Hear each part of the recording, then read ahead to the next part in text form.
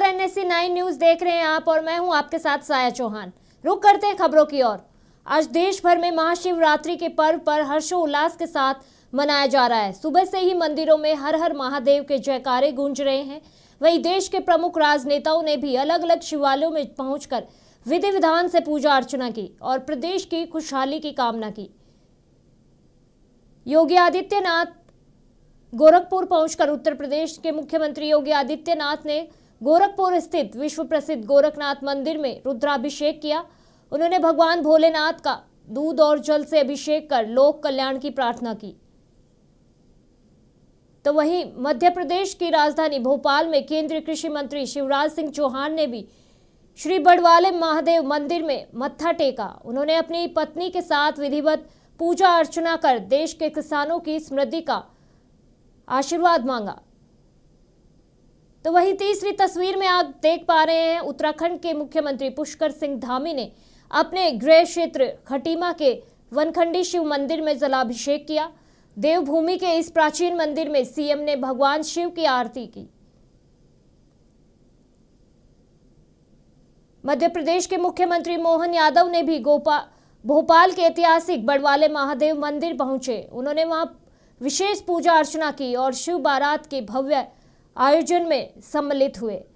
तो वहीं राजस्थान के मुख्यमंत्री भजनलाल शर्मा ने महाशिवरात्रि का पावन पर्व अपने राजकीय आवास पर मनाया। उन्होंने सपरिवार महादेव की आराधना की और प्रदेश में शांति और सुख समृद्धि की कामना की। अगली तस्वीर में आप देख पा रहे हैं हरियाणा के मुख्यमंत्री नायाब सिंह सैनी ने नूर स्थित प्राचीन नलेश्वर मंदिर में पहुंचकर जलाभिषेक किया। इस दौरान उन्होंने महाभारत कालीन इस शिवलिंग की महिमा का गुणगान किया। ये तस्वीरें बयां करती हैं कि महाशिवरात्रि के पर्व पर कैसे नेता हो या आम आदमी सभी शिवालयों में जाकर भक्ति अर्चना करते हैं, अपने आराध्य को कैसे याद करते हैं। कोई भी हो लेकिन आदि अनंत और भगवान शिव के भक्त का प्यार और स्नेह एक जैसा रहता है, चाहे फिर वो आम आदमी हो या किसी भी राज्य के सीएम। सभी ने अपने आराध्य शिव की अपने अपने तरीकों से पूजा आराधना की है। जहां आम नागरिकों ने अपनी मनोकामनाएं पूरी करने की मन्नतें मांगी, तो वहीं इन तस्वीरों में आप देख पा रहे हैं कि अलग अलग जगह के सीएम अपने राज्य की सुख समृद्धि की कामना कर रहे हैं। कोई जलाभिषेक से आराध्य को प्रसन्न कर रहा है तो कहीं रुद्राभिषेक के द्वारा। इससे एक बात तो साबित होती है कि भक्त और भगवान के बीच का संबंध और मोह अलग हो या एक हो, ये रिश्ता केवल एक भक्त ही समझ सकता है।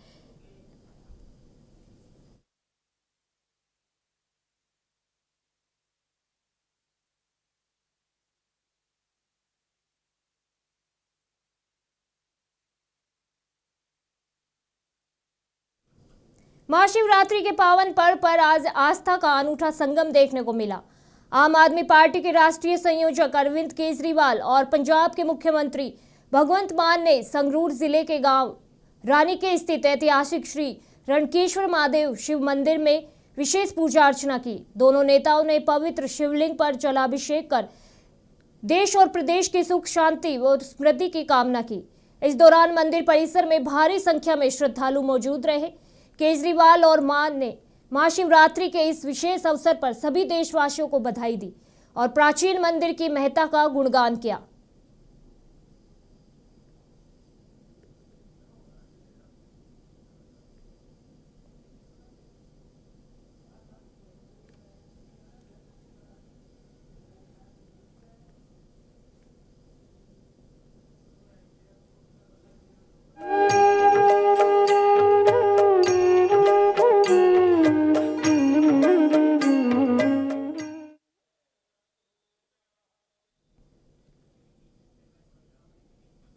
जयपुर के सी स्कीम स्थित धुलेश्वर गार्डन में महाशिवरात्रि का पर्व आध्यात्मिक उत्साह के साथ मनाया गया। फाल्गुन कृष्ण चतुर्दशी के इस पावन अवसर पर मंदिर को फूलों और रंगीन रोशनी से भव्य रूप में सजाया गया। धार्मिक मान्यता के अनुसार इसी रात्रि निराकार शिव ने साकार रूप धारण किया था। अल सुबह से ही हजारों श्रद्धालुओं ने कांवड़ के गंगा जल से शिवलिंग का जलाभिषेक किया। दिन भर चले रुद्राभिषेक और भजन कीर्तन से पूरा क्षेत्र शिवमय हो उठा। श्रद्धालुओं की भारी भीड़ को देखते हुए प्रशासन ने सुरक्षा के कड़े इंतजाम किए। यह आयोजन आत्मशुद्धि और श्रद्धा का एक अद्भुत संगम रहा।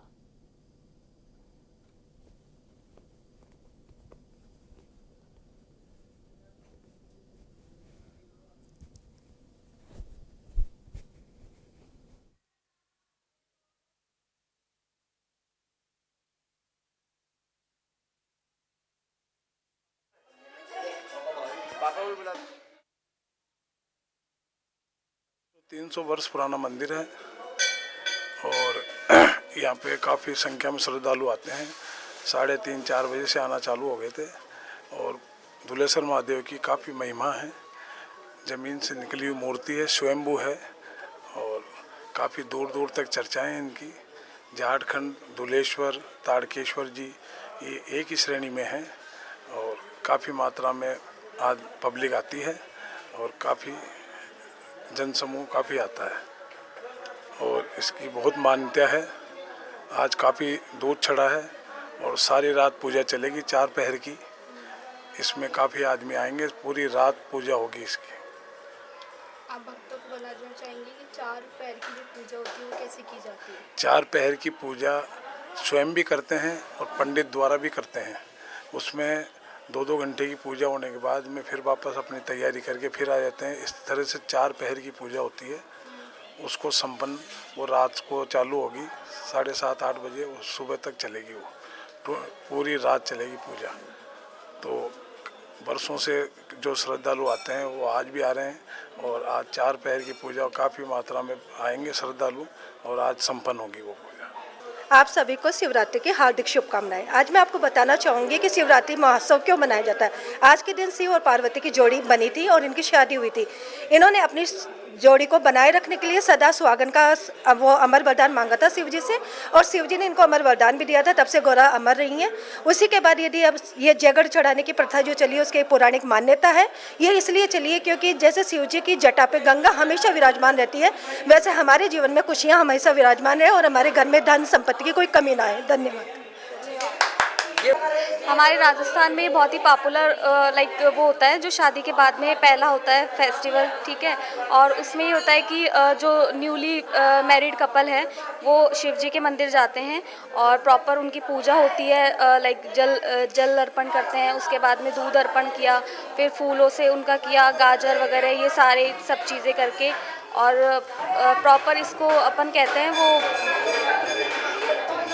जयगढ़ कहते हैं इसको प्रॉपर। तो वो जयगढ़ होती है और ये प्रॉपर एक इस तरीके से होता है कि दोनों जो शादीशुदा नया जोड़ा है वो आ रहे हैं, गीतों वाली आ रही है साथ में और गीत गाते गाते आ रहे हैं। प्रॉपर इस तरीके से होता है ये कि वो लोग शिव सती, शिव पार्वती जैसा प्यार चाहते हैं, इसीलिए उनका प्यार उस तरीके से एकदम सिक्योर रहे, इसीलिए। पहले शिव जी को जल चढ़ाया जाता है, फिर शहद, दूध, दही सबको मिक्स करके पंचामृत बनता है वो चढ़ता है, फिर वापस शिवलिंग को धोया जाता है वापस पानी से। उसके बाद फिर उनकी फूल वूल गाजर वगैरह सब लग के वो लोग पूजा कंप्लीट होती है। जैसे शिव पार्वती जी की शादी हुई थी ना, वैसे ही भाई उनको जैसे अमर सुहाग का वरदान मिला हुआ है वैसे इनको अमर सुहाग का वरदान रहे, हमेशा इनका सुहाग अमर रहे, इसलिए पूजी जाती है। इसलिए जगह अमर सुहाग है, इनकी जैसे शादी होती है वैसे सारी पूजा पाठ की जाती है, सारी विधि विधान से, जैसे सारे नेचर। अमर सुहाग का बताया ना मैंने, अमर सुहाग के लिए पूजा पाठ को लेके ये है कि मेरा मानना ये है कि भोलेनाथ ने जब विष पिया था तो वो आज ही के दिन पिया गया था। तो भोलेनाथ की जो कंठ में जो विष है समाया हुआ है तो उसकी गर्मी को शांत करने के लिए विष पिया गया। वो बाकी अपने सामान चढ़ाया जाता है, जैसे भांग हो गया, धतूरा हो गया, ये सब चीज़ें उसको कम करते हैं उसके असर को। और भोलेनाथ की और पार्वती माता की आज के दिन शादी हुई है और जो है पहला जो शिवलिंग जो प्रकट हुआ था विश्व में, पूरे जो अपने यूनिवर्स है, तो वो शिवरात्रि के दिन ही प्रकट हुआ था।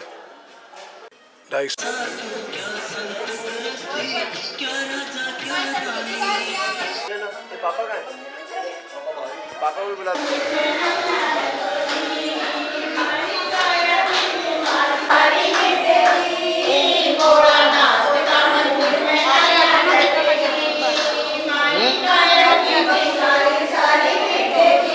मैं कैसे आ सकता हूँ?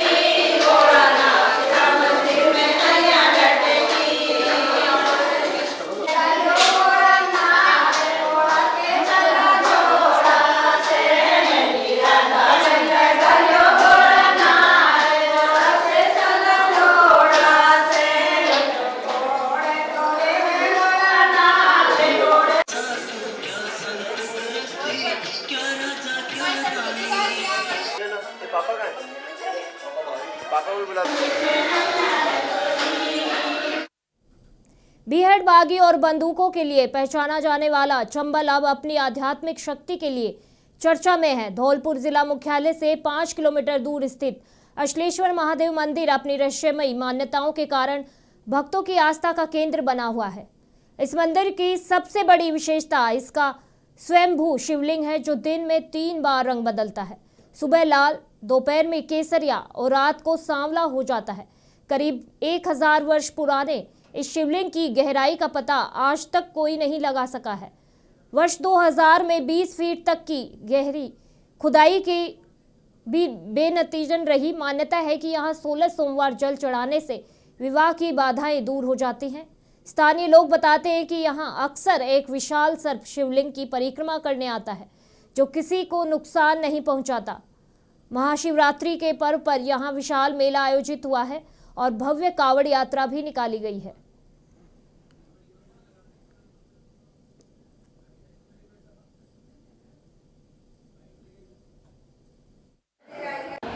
अचलेश्वर महादेव मंदिर में वाइब्रेशन बहुत अच्छी है। जैसे ही हम यहाँ पे अंदर आए तो बहुत अच्छा महसूस हुआ, क्योंकि बिल्कुल शांति है चारों तरफ।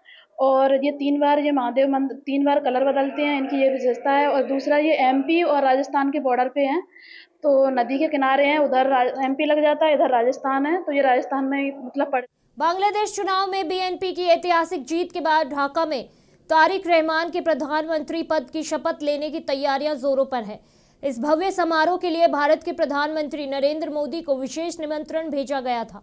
हालांकि सूत्रों के मुताबिक व्यवस्था के चलते पीएम मोदी स्वयं ढाका नहीं जाएंगे। भारत सरकार की ओर से लोकसभा अध्यक्ष ओम बिरला और विदेश सचिव विक्रम मिश्री 17 फरवरी को बांग्लादेश पहुंचेंगे। भारत का यह उच्च स्तरीय प्रतिनिधिमंडल शपथ ग्रहण समारोह में शामिल होकर पड़ोसी देश के साथ कूटनीतिक संबंधों को आगे बढ़ाएगा।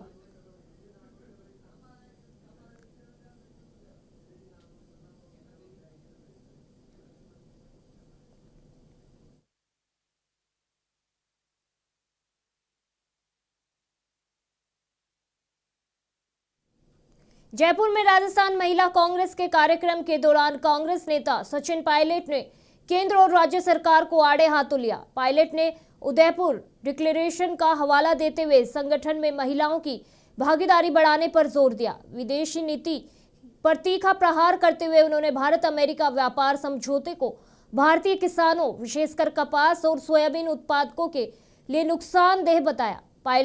पायलट ने सवाल उठाया कि क्या भारत सरकार किसी भारी दबाव में है।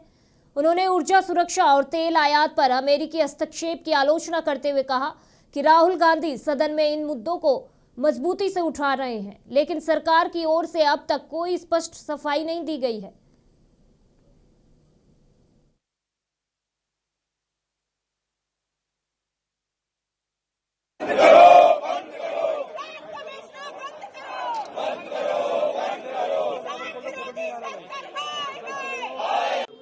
महिला कांग्रेस राजस्थान ने अभी 2 दिन का कार्यक्रम रखा है और मुझे खुशी है कि सारिका जी ने, जो पदाधिकारी हैं, तमाम महिलाओं को यहाँ बुलाया है। और कांग्रेस ने उदयपुर डिक्लेरेशन में बड़ा स्पष्ट कहा था कि महिलाओं की भूमिका संगठन में बढ़ानी पड़ेगी। और इस बार जो संगठन सृजन के माध्यम से नए जिलाध्यक्ष की नियुक्ति हुई है, उसमें भी हमारा जो महिलाओं का संख्या बल है पहले से काफ़ी अधिक है। और मुझे खुशी है कि महिला कांग्रेस ने इस अभियान को और आगे बढ़ाया है, मेंबरशिप कराई है, लगातार उनको टास्क दिए जा रहे हैं। और इस चुनौतीपूर्ण समय में जब पूरे देश में अजीब तरह का माहौल है, बजट दोनों आ गए हैं, केंद्र का बजट हमने देख लिया, राजस्थान का बजट देख लिया, और बाद में जो डील हुई अमेरिका की, उसके साथ बहुत सारे सवाल पैदा हो गए हैं। और जनता को जागरूक होना पड़ेगा। कहीं ना कहीं भारत के किसानों का, विशेष रूप से कपास के किसानों का, सोयाबीन के किसानों का बहुत ज़्यादा अहित होने वाला है आने वाले समय के अंदर। तो इन सब बातों के लिए जनता जागरूक है और राहुल गांधी जी ने सदन के अंदर, सदन के बाहर लगातार इस मुद्दे को रखा है। और मुझे बड़ा खेद है कि सरकार किसी दल की भी हो, लेकिन कभी भी इस तरह जानबूझ के छोटे व्यापारियों का, किसानों का, नौजवानों के भविष्य के साथ खिलवाड़ किसी ने नहीं किया। क्या दबाव है भारत सरकार के ऊपर मैं नहीं जानता हूं, लेकिन ट्रम्प जो बार बार इस प्रकार घोषणा करते हैं, अब डील, ट्रेड डील हुई है, हमारी हुई है ईयू के साथ भी, और वो समझौता था, एग्रीमेंट था। ये जो अमेरिका कर रहा है ये दबाव में करवा रहा है। अब बांग्लादेश और हिंदुस्तान में इतना फर्क हो गया कि जो उनके कहने पर चल रहा है, मनमाने तरीके से वो डील अमेरिका के साथ कर रहा है। लेकिन भारत में विशेष रूप से जो हमारे किसान भाई हैं या हमारे दूधदाता हैं या हमारे लघु उद्योग वाले लोग हैं, उनको बहुत कठिनाइयों का सामना करना पड़ेगा। और हकीकत ये है कि आज से पहले भारत हमेशा 2 या 3 या 5% टैक्स देता था जो अमेरिका के हम पे लगाता था, उसको 50 कर दिया, अब 18 कर दिया। उसकी खुशियाँ मनाई जा रही हैं। हमें समझ में नहीं आ रहा कि $500 बिलियन खरीदने का हम लोगों ने उनको वादा कर दिया एक तरह से। क्या खरीदेंगे, किस दाम पे खरीदेंगे पता नहीं है। जहाँ तक तेल की बात है, एनर्जी सिक्योरिटी, ये इतना अहम मुद्दा है कि पहली बार भारत की एनर्जी सिक्योरिटी को कॉम्प्रोमाइज़ किया गया है। अमेरिका कैसे कह सकता है किसी भी देश को, खासकर भारत जैसे ताकतवर देश को, कि आप यहाँ से तेल लेंगे, यहाँ से नहीं लेंगे। ये हमारे जो सॉवरेनिटी है, हमारी जो ऊर्जा सुरक्षा है, उस पर बहुत बड़ा खतरा है। तो तमाम जो, और अभी डिटेल्स दी नहीं गई हैं, पार्लियामेंट चल रहा है और सोशल मीडिया पे डील के बारे में घोषणा करी गई। तो बहुत सारे ऐसे मुद्दे हैं जिस पर जनता को, लोगों को और विशेष रूप से कांग्रेस कार्यकर्ताओं को हमको जागरूक करना है, इस मैसेज को पूरे देश में ले जाना है। और हमारा जो विरोध है, पहले भी राहुल गांधी जी ने कहा, जमीन अधिग्रहण पर संशोधन किया, उसको इस सरकार को वापस खींचना पड़ा। उसके बाद 3 काले कानून किसानों के लिए लेकर आए, उसको विड्रॉ करना पड़ा। और इस बार भी जो जनता का दबाव है और जो इस प्रकार पूरे देश में स्ट्राइक हुई लेबर यूनियंस की 2 दिन पहले, उसमें सब लोग समझ गए हैं कि हमारे हितों का नुकसान हो रहा है। तो ये सरकार पहली बार, और मुझे आश्चर्य होता है कि आप पूछो वाणिज्य मंत्री से कि रूस से तेल लेंगे, वो कहता है विदेश मंत्री को मालूम है। विदेश मंत्री से पूछो, वो कहते हैं वाणिज्य मंत्री बताएंगे। किसी को मालूम ही नहीं है कि हम करने क्या जा रहे हैं। इसलिए इस मौके पर हमें बहुत सचेत रहना पड़ेगा। और राहुल गांधी जी ने जो मुद्दे उठाए हैं सदन के अंदर, उस पर एक बात पर भी जवाब की सरकार नहीं दे पाई है। तो बांग्लादेश के बारे में बताया जा रहा है कि पीएम को इनवाइट किया गया, वहाँ पर कई तरह की एक्टिविटीज रही जो बाहर में क्या करें। हकीकत ये है कि हमारा जो संबंध हमारे पड़ोस के मुल्कों के साथ है वो लगातार खराब हुआ है। और हम अगर विश्व की बड़ी ताकत बनना चाहते हैं तो सबसे पहले हमारा जो नेबरहुड है वहाँ पर हमको अपने आप को कायम करना पड़ेगा। लगभग हर देश के साथ हमारे रिश्ते पहले से खराब हुए हैं। अब भविष्य में क्या करेंगे मैं नहीं जानता हूँ, लेकिन इंडिया की जो फॉरेन पॉलिसी है वो किसी एक दल, एक नेता, एक सरकार के अधीन नहीं है। इतिहास काल गवाह है कि कोई भी सरकार रही हो, लेकिन हमारी फॉरेन पॉलिसी को हमने बड़ी प्राथमिकता दी है और एक इंडिपेंडेंट फॉरेन पॉलिसी हमने हमेशा बनाई है। विशेष रूप से हमारे जो पड़ोसी देश हैं, चीन है, पाकिस्तान है, श्रीलंका है, बांग्लादेश, म्यांमार, नेपाल, हमेशा हमारे संबंध भारत के लोग की तरफ लोग देखते थे। अब इतनी कटुता पैदा हो गई है। और उत्तर प्रदेश के जनपद रामपुर में जिला पंचायत चुनाव की सरगर्मियां तेज हो गई हैं। ग्राम बागी के निवासी निजाम पाशा में वार्ड नंबर 18 से अपनी दावेदारी पेश करते हुए मीडिया से खास बातचीत की। पाशा ने बताया कि उनके क्षेत्र में आने वाले 22 देहातों के प्रधानों और जनता का उन्हें भरपूर समर्थन मिल रहा है। उन्होंने भावुक अपील करते हुए कहा कि गरीबों की सेवा करना मेरा फर्ज नहीं, कर्तव्य है। निजाम पाशा ने वादा किया कि जीत के बाद वह क्षेत्र की हर समस्या का समाधान करेंगे और किसी भी भाई बहन को परेशान नहीं होने देंगे। उन्होंने जनता से भारी मतों से विजयी बनाने का आह्वान किया है। सारी तैयारियां हैं, जितने भी लोग हैं मेरे साथ हैं, गांव के प्रधान भी मेरे साथ में हैं, जितने भी प्रधान हैं सारे मेरे साथ हैं। उनसे भी मेरी यही अपील है कि मुझे वोट के लिए कहें और जनता मेरे साथ है, जनता का प्यार मेरे साथ है। जो भी होगा अब देखा जाएगा, अल्लाह मालिक है, चुनाव लड़ने के लिए तैयार है। अच्छा, आपके क्षेत्र में कितने देहात आते हैं? मेरे क्षेत्र में 22 देहात आते हैं, 22 से 23।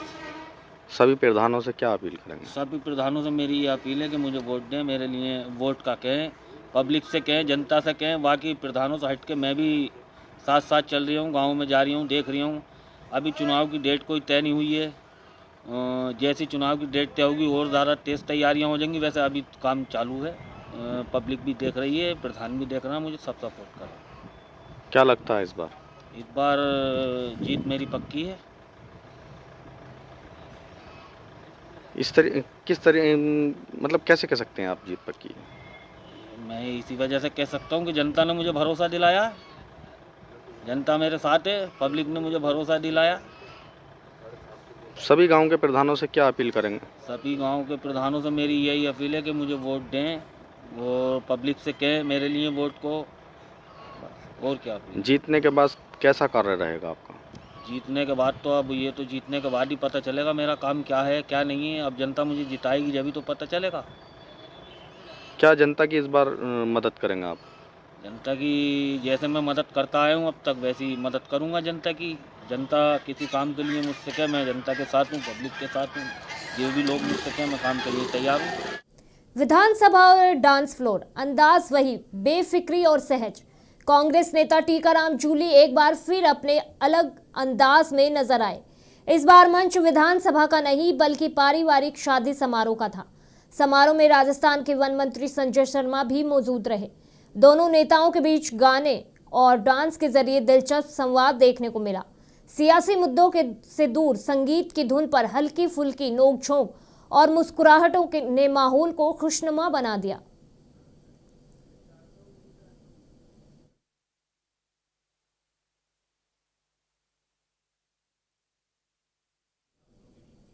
उत्तर प्रदेश के बहराइच जिले के मोतीपुर थाना क्षेत्र में उस वक्त सनसनी फैल गई जब एक युवती का शव गांव के पास स्थित कब्रिस्तान में पेड़ से लटका मिला। मृतका की पहचान स्थानीय निवासी कैलाश की पुत्री के रूप में हुई है। वहीं परिजनों के अनुसार युवती पिछले 2 वर्षों से गंभीर मानसिक और शारीरिक बीमारी से जूझ रही थी। सिर और पेट के असहनीय दर्द से परेशान होकर उसने घर से 1 किलोमीटर दूर कब्रिस्तान में जाकर दुपट्टे में से फंदा लगा लिया। ग्रामीणों की सूचना पर पहुंचे परिजनों ने कोहराम मचा दिया।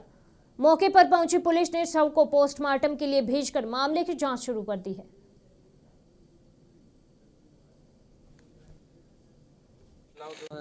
बीमारी से पेट पिराता है, मोड़ पिराता है, यही बीमारी से परेशान है 2 साल से। क्या हुआ आज? अब वो तो मर गई है। अब कैसे मौत हुई है?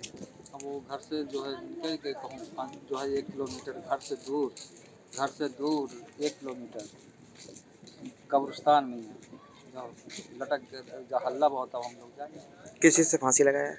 अपनी दुपट्टा से। कौन सा गांव है जहाँ फांसी लगाया? वो मोतीपुर गांव है। मोतीपुर गांव? हाँ, वही थाना है। वही थाना है? हाँ, लेकिन वो जैसे थाना से दूर तनी हार में कब्रिस्तान है, गांव के किनारे में। कैसे जान मिले आप लोगों? जब हल्ला हुआ, सब लोग हल्ला करे लगे, अरे फलाने गुटिया फांसी लगी, तो तब हम लोग। बुलेटिन फिलहाल के लिए इतना ही। मुझे दीजिए इजाजत। नमस्कार।